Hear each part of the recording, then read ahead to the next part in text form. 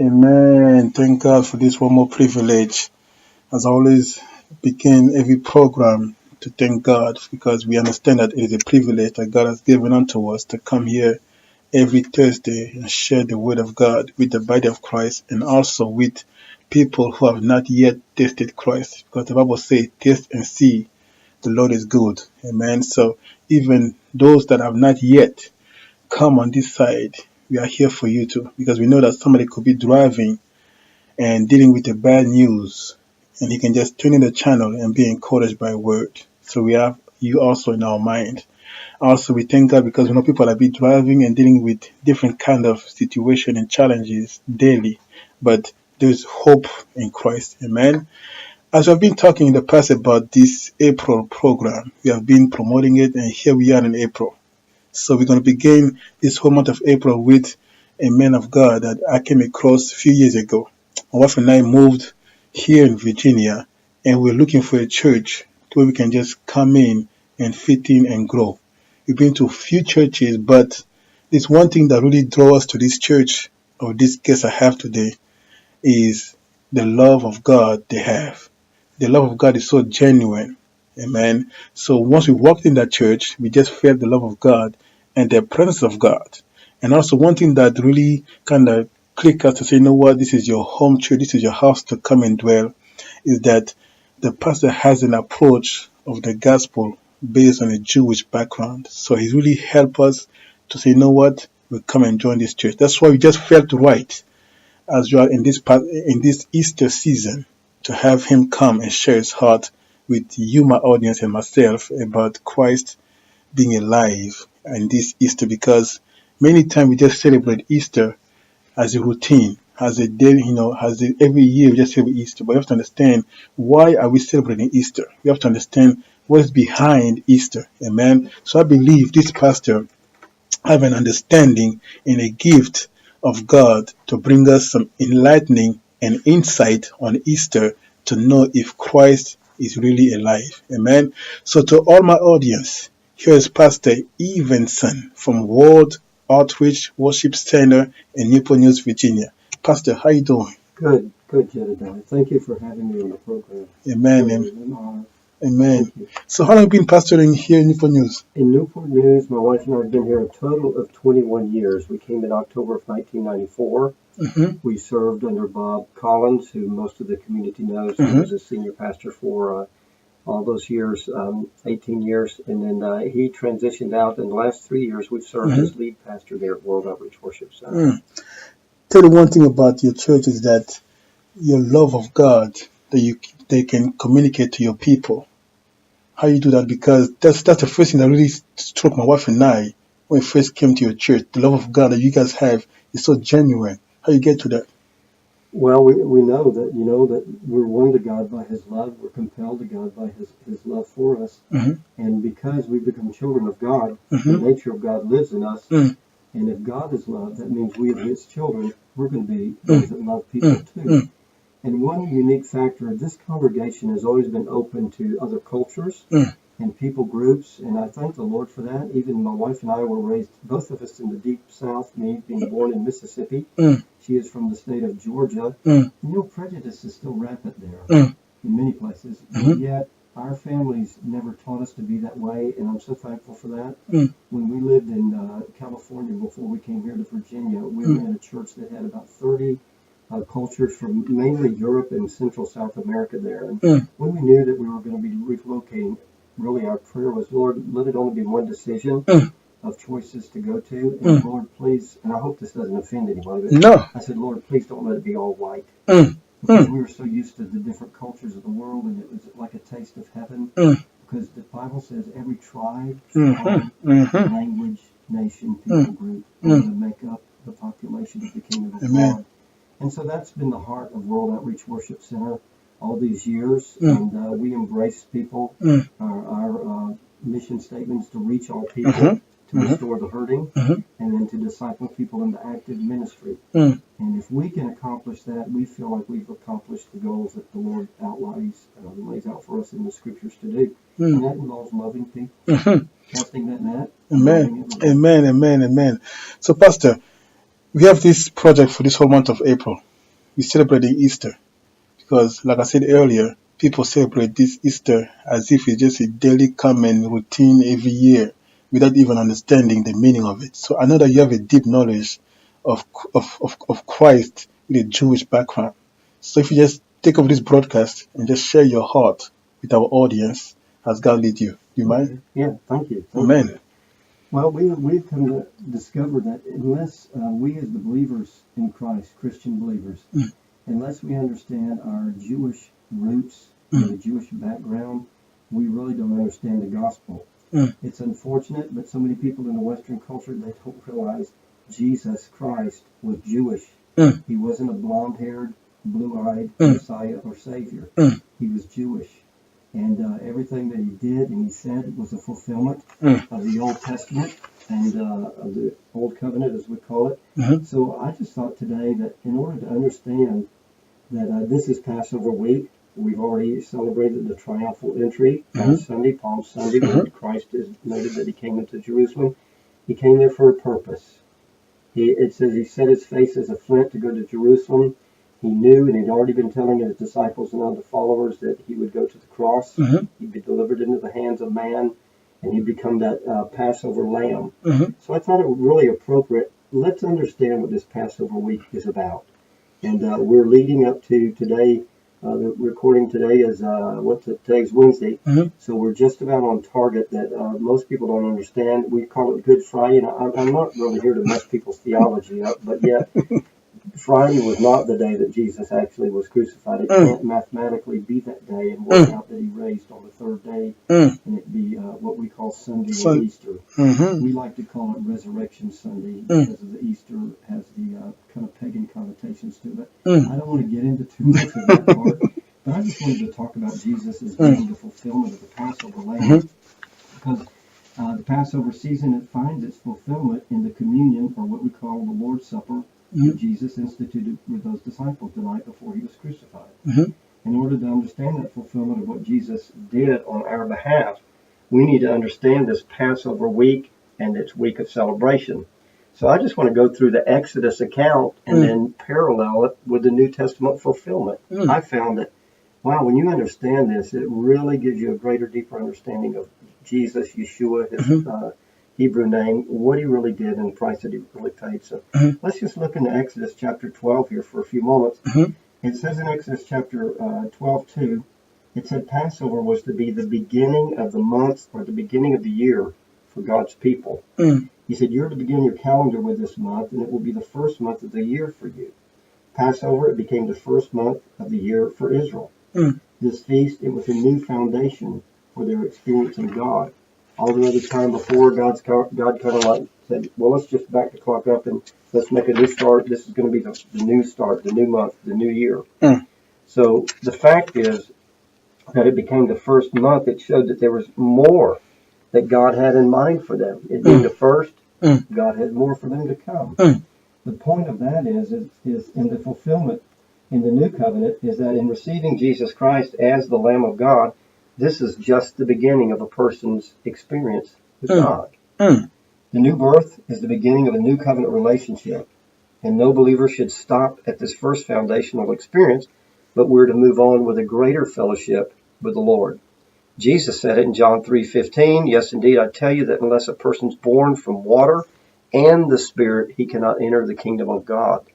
And then in 2 Corinthians 5:17, Paul quotes that scripture, or Paul says that scripture that's so famous. If anyone is united with the Messiah or Jesus, he is a new creation. The old is past. Look, what has come is fresh and new. An interesting thing about the lamb in the old covenant was they took this lamb, and according to Exodus 12, verses 3 through 6, there were 4 days that this lamb was taken to become the Passover lamb, and this lamb was hidden away. What does that mean? It says that verses say, take the lamb on the 10th day, set it aside until the 14th day of the first month, keep it aside, and inspect this lamb for 4 days. God had in mind his plan of redemption that we later see in the fulfillment in Jesus Christ. And the fulfillment could be understood in 2 ways, either weekly, meaning days, or dispensationally. When you understand, and it can be understood both ways, not either or. Weekly, it meant that in the events of the crucifixion week, that Jesus entered Jerusalem on that 10th day. So last Sunday was that 10th day on the Jewish calendar. And then he was slain on the 14th day, 4 days later. Luke chapter 19, verses 37 talk about that.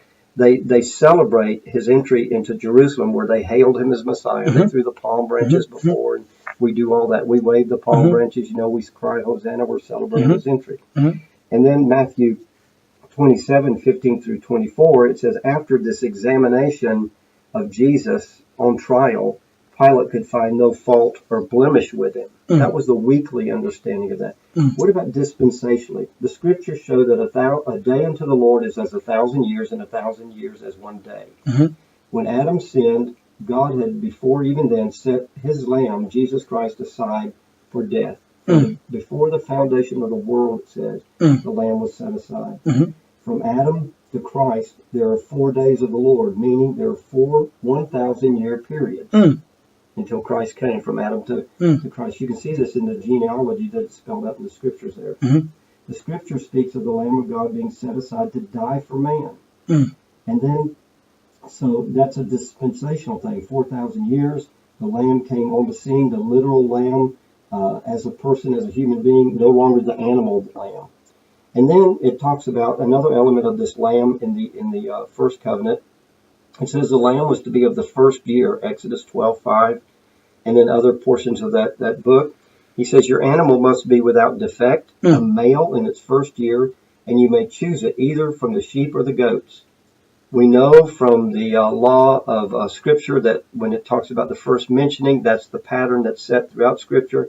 And God said, I want you to set the firstborn aside. It's dedicated to me. It shows that I'm the creator, I'm the provider. You're giving that to me as an offering, as a sacrifice. It's in faith saying that you give your first to me, I will bless you in that. The setting aside, it pointed to the fact that it was the first Adam who brought sin and death, placing mankind into the house of bondage by Satan. But it also points forward towards Jesus, who is the Lamb of God, who would be God's firstborn son. Jesus was the firstborn of Mary, and the firstborn of God's new creation. Now, as we go deeper into this, in Exodus 12:5, it says that this lamb, there in the first covenant, was to be without spot or blemish. This lamb was to be inspected for 4 days, making sure that it came up to God's standard, which was perfection. It had to be without blemish. It couldn't be lame. It couldn't be blind. It couldn't have any kind of sickness.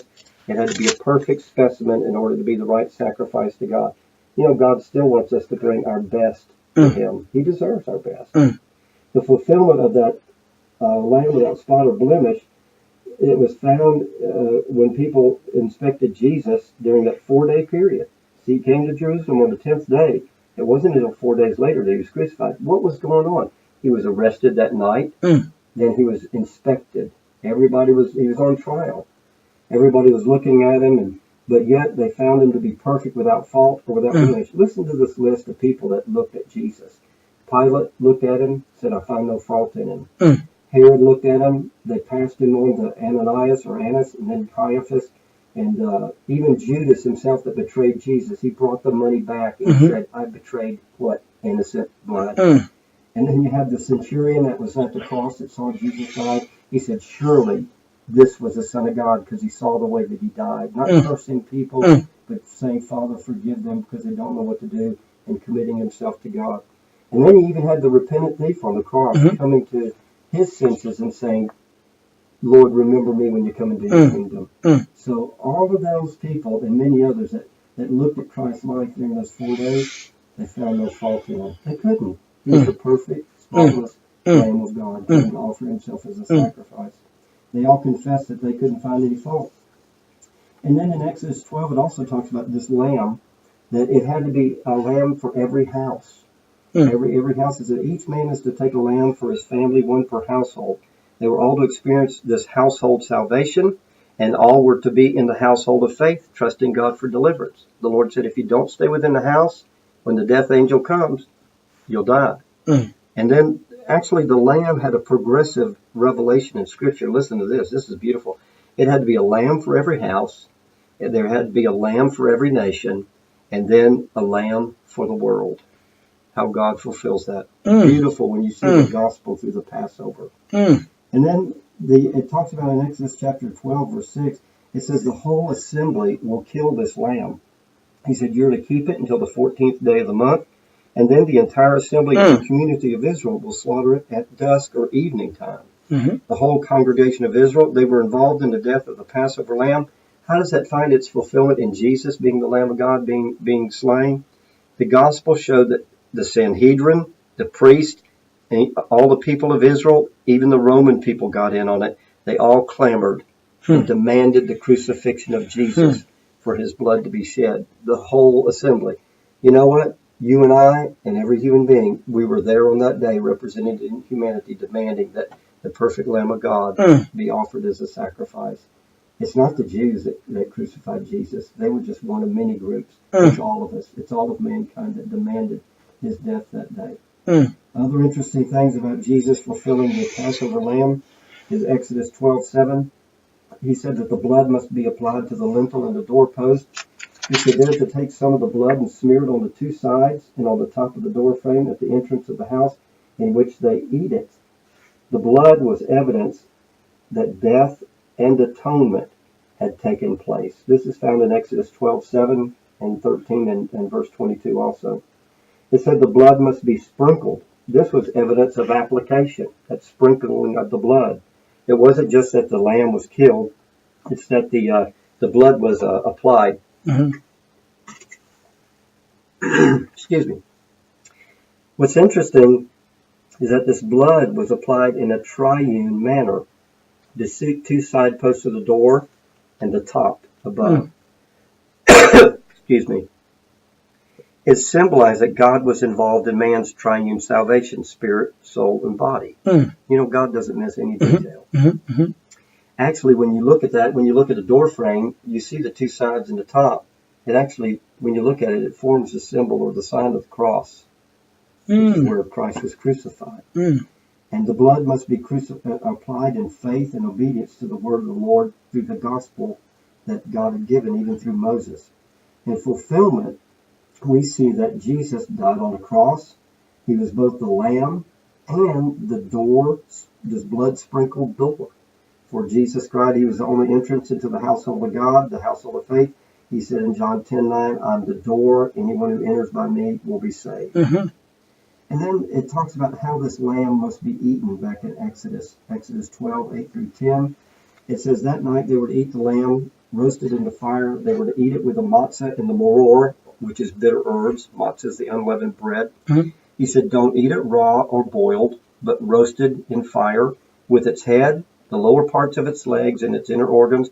Let nothing of it remain till morning. And if any of it does remain, burn it up completely. Both the blood and the body of the lamb pointed towards the Lord Jesus Christ and his fulfillment as the Lamb of God. We see on that cross that Jesus, actually before the cross on that night, when he took the bread and he took the wine and he instituted what is called the Lord's Supper or communion, we see its fulfillment in that.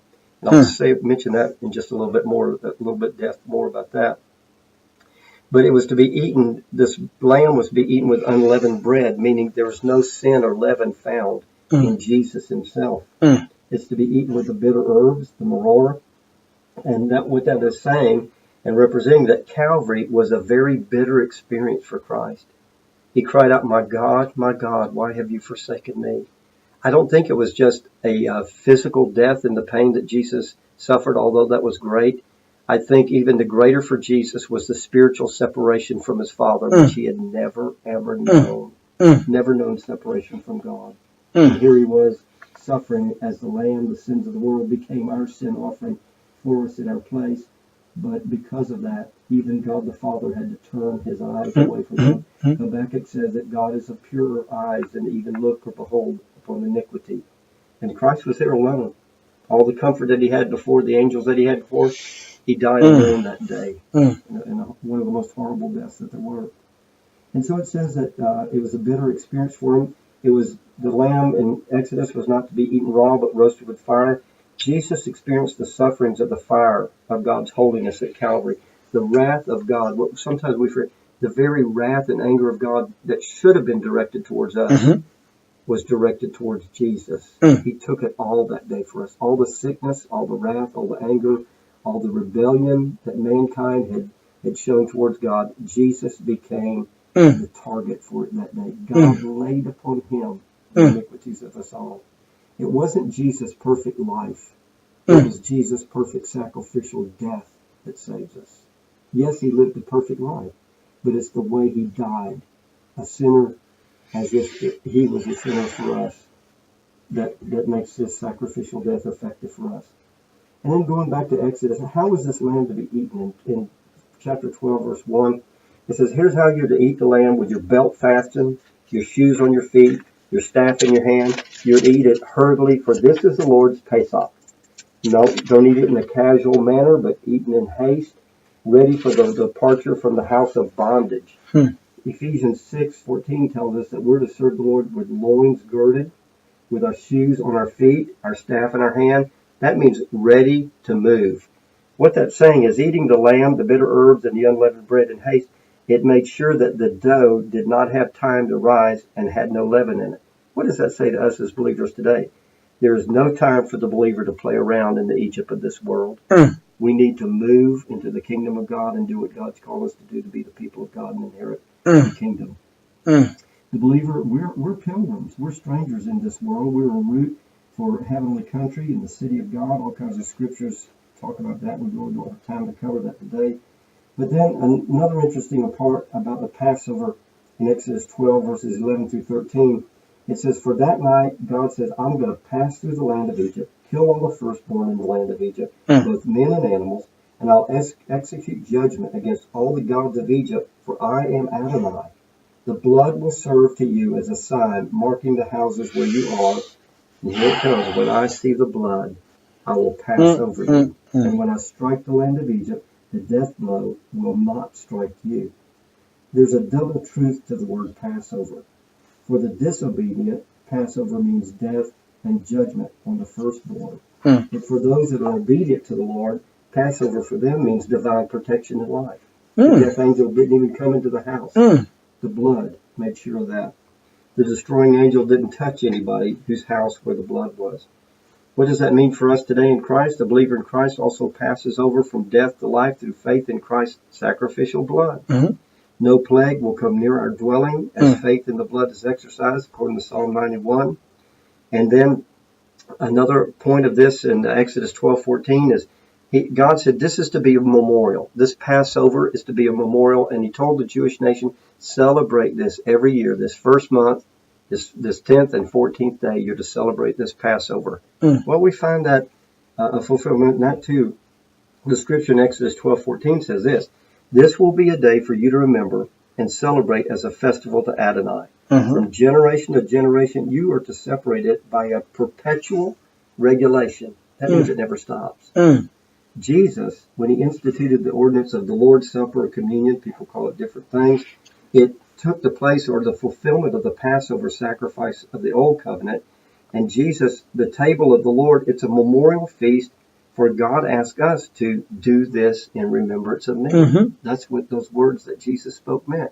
Do this in remembrance of me. It's to be a perpetual covenant between you and me, a perpetual ordinance that you're to celebrate, you're to remember. And I always like to tell people, not only are we remembering the past, what Jesus did, but you know, his blood cleanses us from our present. And thank God, his blood cleanses us even from our future. That doesn't give us a free license to live any way we want, but it gives us the assurance that even when we sin as a child of God, we have forgiveness through the blood. And then Exodus 11:7 talks about redemption through the blood of the Lamb makes division and a difference. He said, in this way, you will realize that Adonai distinguishes you between the Egyptians and me being your God and the children of God. There is a difference and a division between the believer and the unbeliever, and it creates a division in the human race into just two classes. Either it's the righteous or the unrighteous. That's the conflict we're seeing today still. Between those that live in the kingdom of God, those that are still in the kingdom of darkness. They clash constantly. The world doesn't understand us. They don't understand God. They don't understand what Jesus died for. Going back to Exodus 12 again, he talked about the spoiling of the Egyptians in the Exodus. Exodus 12, 35 and 36. He said the people of Israel had done what Moses had said. They asked the Egyptians to give them silver and gold and clothing, and Adonai made the Egyptians so favorably disposed towards the people that they had let them have whatever they requested. Thus they plundered the Egyptians. This was an actual prophetic fulfillment to the word that God gave to Abraham 400 plus years before in Genesis 15, when the Lord told Abraham, your people will go into captivity, but when I bring them out, they'll come out with the plunder. This is also Israel's payday for them serving as slaves to Egypt all those centuries. And then we find the fulfillment that Israel would in due time give all of the spoil that Egypt had given them.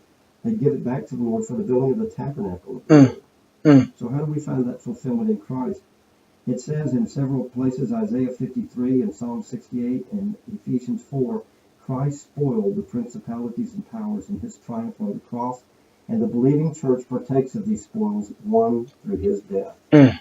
All the riches that Christ won for us, we have through him. And then he talks about those who participate with the Passover, in the Passover, they have to be circumcised. This is Exodus 12, 43 through 51. He said, this is a regulation for the Pesach lamb. No foreigner is to eat it. If a foreigner is staying with you and wants to observe Adonai's Pesach, all his males must be circumcised. Then they must take part and observe it, and he will become like a citizen of the land. But no uncircumcised person is to eat it. They must all experience this rite of circumcision. What that means, circumcision is a covenant with God. It speaks of a sign of your relationship with the Lord, that you have accepted his ways, his lordship. So you had to have this in order to be blessed by God. Now, in the New Testament, it shows that the person who's in the right relationship through Jesus Christ, or who's born again, is now qualified to partake of the Lord's Supper, because that's the true circumcision of the heart. God no longer looks at the outward body. He looks at the heart and not the flesh. And then the last point that Exodus brings out, that there's healing power in this lamb, this Passover lamb. He said he also brought them out with silver and gold, and there was none feeble among the tribes. Like that. As they feasted on the lamb, there seems to be a manifestation of healing power of the Lord among them. You know, we see in the old-time movie, Moses and the Ten Commandments, we see him coming out on cots, if you remember that scene. That's not what the word says. The word says there were no feeble among them. They didn't come out limping in wheelchairs if they had it then or crutches. It says there's no feeble among them. They came out healed. So then it talks about even in 2 Chronicles 30, Ezekiel, when he restored the feast of Passover, it says the Lord healed the people. If healing took place under the type of the lamb, the animal, the lamb, then how much more shall God's people find healing in the true Lamb today, the Lord Jesus Christ, that we feast on, because he declared two places, for by my stripes you are healed. So this is the story of Passover. He's our Passover lamb, and it supersedes and transcends all of the old covenant Passover lambs. It's powerful. Man, that's powerful. As you just concluded and talk about healing, do you mind just praying for our audience? Somebody can be healed physically, spiritually, mentally, or any kind of disease. If you just mind praying, just a short prayer, and encourage somebody, how with his tribe, they can be healed. Father, I thank you today. And Lord Jesus, Yeshua, I thank you today that you both were willing that we be healed, saved, delivered, healed. Complete salvation package, so to speak. And Father, we pray today that during this season, may the eyes that, Lord, have scales and veils over them be opened. Lord, may hearts that don't understand, may they be enlightened, Lord, to the knowledge of your great love for them. May the sacrifice that Jesus paid become real, Father, in people's hearts that are searching for truth, searching for the real meaning in life. Lord, we pray this season that throughout the Hampton Roads Peninsula, the area, that, Lord, the gospel will be preached, Lord, and people will come to the knowledge of you. Many, Lord, that have strayed away from you, Lord, that, Lord, the Good Shepherd, Jesus Christ, will call them home, Father. We pray for spiritual healing, physical healing, your great deliverance, Lord, in Jesus Christ's name. Amen. So check us out next time. Same broadcast, same channel, same time. And God bless you, and has Joshua healed you in this season. Amen. Bye-bye.